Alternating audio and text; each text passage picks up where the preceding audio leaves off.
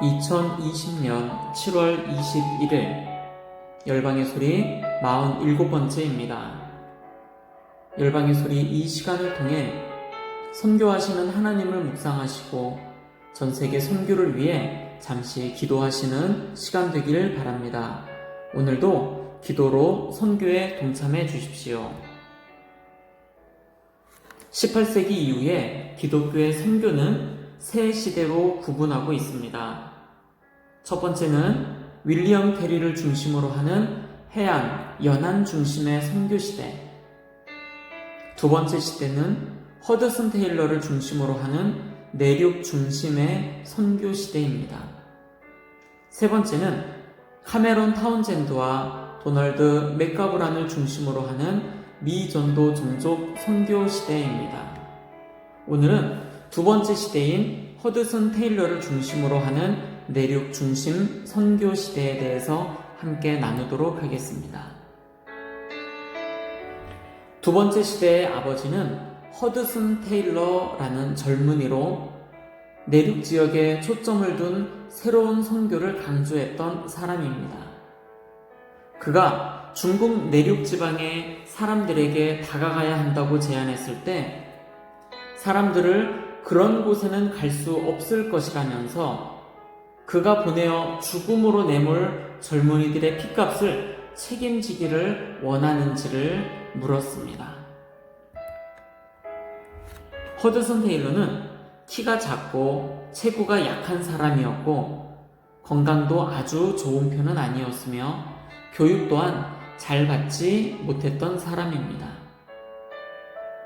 사람의 눈으로 보면 테일러는 그 선교 과업에 적합하지 않아 보였지만 하나님께서는 그의 시선이 세상에서 가장 최소 전도된 종족에게 고정되어 있는 것을 보시고 그를 높이 사용하셨습니다.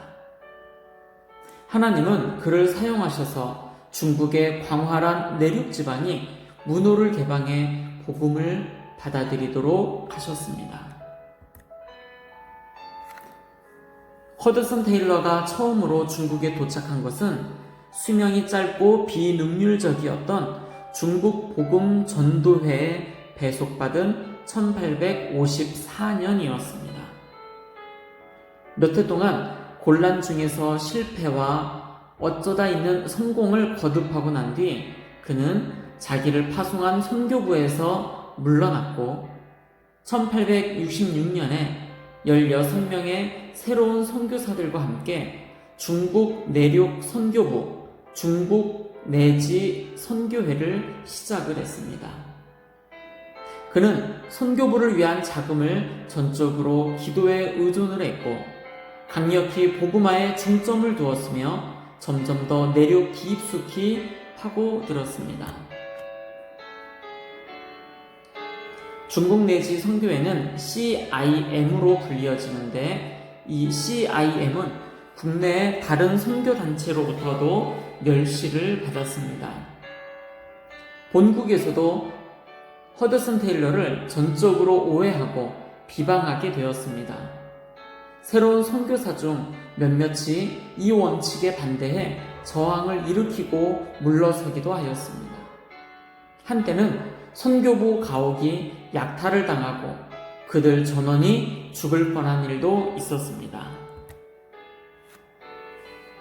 1867년 8월 사랑하던 딸 나리아 그레이스가 폐렴으로 죽었고 1870년 2월에는 5살 난 아들 세뮤얼을 결핵성 장염으로 잃었습니다. 같은 해 9월 아들 노월이 태어난 지 20일 만에 죽었으며 그로부터 13일 후에는 아내마저 32세의 나이로 죽었습니다. 그러나 그는 포기하지 않았고 중국 내지 선교회를 설립한 것이었습니다. 1883년까지 중국의 모든 성을 방문하였고 세계 성을 제외하고는 모든 곳에 선교사가 살게 되었습니다. 선교부는 점점 자라서 오랫동안 중국 최대의 선교 단체가 되었습니다. 중국 내지 선교회를 설립한 지 30년이 지난 1895년에는 640명 이상의 선교사들이 중국을 위해 자신들의 삶을 헌신하는 데 큰 영향을 주었습니다. 그의 헌신으로 북미, 스웨덴, 노르웨이, 덴마크, 독일, 호주, 뉴질랜드에 중국 선교회 지부가 설립이 되었고, 한때 중국에 모여든 선교사 숫자는 1,000명을 넘었습니다. 1940년대 후반에 중국 본토에서 선교 활동이 끝날 즈음 CIM은 더 넓은 아시아 지역으로 활동을 옮겼습니다. CIM의 현재 이름은 해외 선교회 OMF입니다.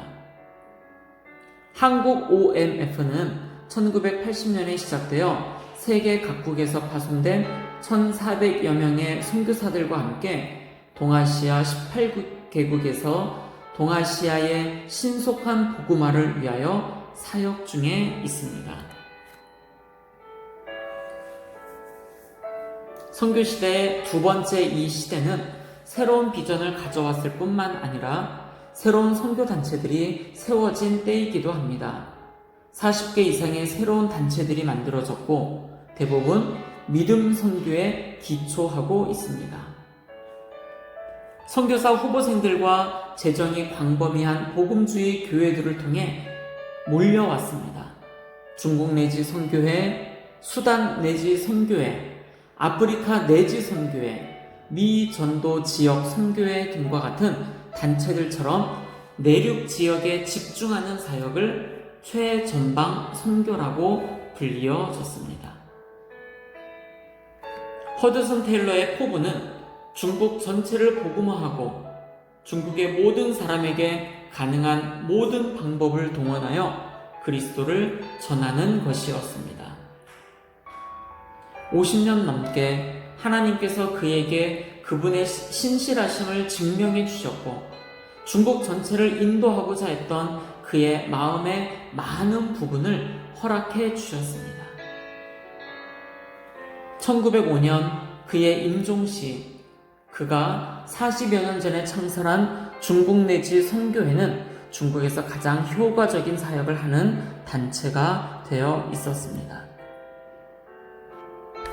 허드슨 테일러는 윌리엄 캐리의 연안 해안 선교를 한층 더 발전시킨 선교 전략으로 사역을 하였습니다. 하나님은 택한 백성들을 더 많이 구원하고자 하는 사랑의 마음을 허드슨 테일러에게 주셨고 모든 지혜와 총명을 주셔서 그 시대에 필요한 선교 전략을 실천하도록 하셨습니다. 코로나19로 어려워진 지금의 선교 사역에 있어서 이 시대에 맞는 선교 전략은 무엇인가? 하나님께서 말씀해 주시기를 기도해 봅니다. 함께 기도하시겠습니다. 선교에 대한 새로운 패러다임이 생기고 급변화하는 세계 속에서 깨어있는 선교사들이 많이 일어나도록 기도합니다. 또한 전 세계 대학생을 비롯 젊은이들을 다시 한번 일으켜 주시도록 기도하겠습니다. 두 번째로 위클리프 성경 번역 선교회, 항공 선교회, 예수 전도단, CCC, WEC 국제 선교회, 그리고 오늘 나누었던 OMF 해외 선교회를 위해서 기도하시겠습니다. 특별히 한국 OMF는 세계 각국에서 파송된 1,400여 명의 선교사들과 함께 동아시아 18개국에서 동아시아의 신속한 복음화를 위하여 사역 중에 있습니다. 이를 위하여 특별히 기도하시겠습니다. 세 번째, 이슬람권에서 사역하시는 선교사님들을 위해서 기도합니다. 중동 지역과 북아프리카, 동남아시아의 말레이시아, 인도네시아 등 이슬람의 무슬림들이 주께 돌아오도록 기도합니다. 그들을 대상으로 사역하시는 선교사님들의 가정과 사역을 위하여 그들이 사역 가운데 안전하게 이루어지도록 위해서 기도하시겠습니다.